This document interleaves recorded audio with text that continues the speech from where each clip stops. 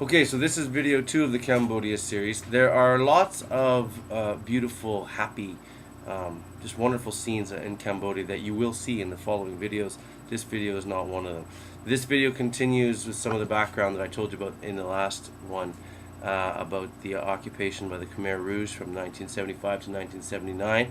The first place we went the morning after we arrived in Phnom Penh was to the Tuol Sleng Genocide Museum, which is essentially, it was a high school that the Khmer Rouge converted into a prison and torture and interrogation center for all the quote-unquote enemies of the revolution. And I favorited two videos that give some background to the Khmer Rouge time, those 4 years. I'll link them in the sidebar. So if you want some more background, take a look at those videos. But just some of the stories that stuck out in my head while I was there. Basically, it's the same story of any wacko regime that gets into power, that happens from time to time. Because of my family way back came from Russia during the communist takeover and the communist revolution. So many of the stories that you hear in Cambodia sound like stories from the Stalinist era. It's just a man who was insanely paranoid and thinking everyone was out to get him or subvert him, and because he had absolute power, he was able to just have them murdered. In the case of Russia, it was Stalin. In the case of Cambodia, it was a guy named Pol Pot.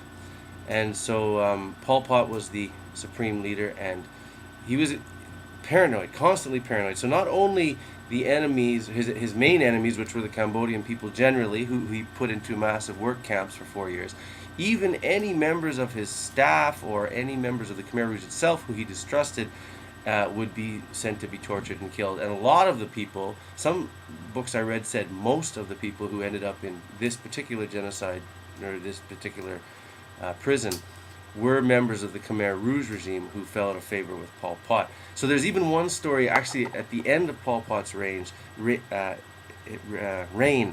that I think illustrates just the kind of insanity that you're operating with in dealing with a guy like him, and how he was so insane that I kind of got the impression that his regime couldn't have lasted much longer than 4 years because, well, this is the example.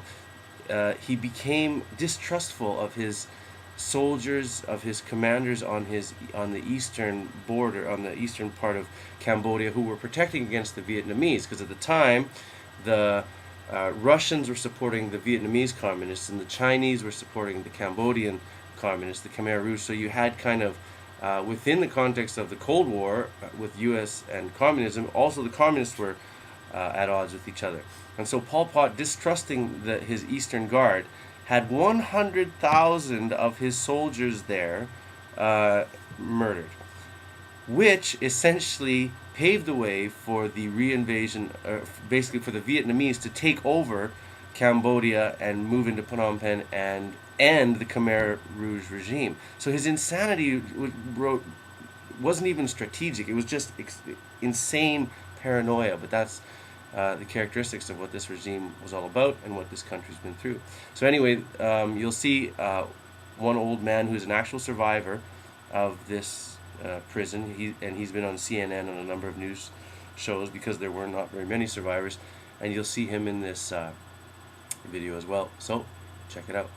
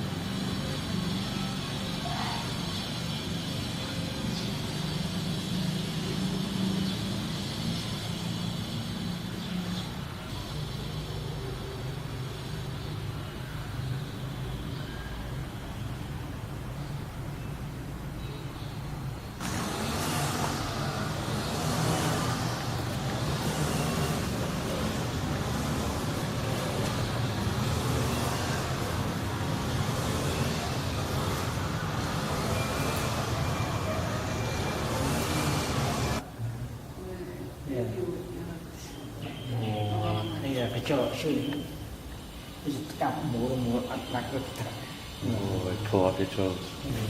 mà sau đó tận này yêu bà trà phở cái vị trí anh như cất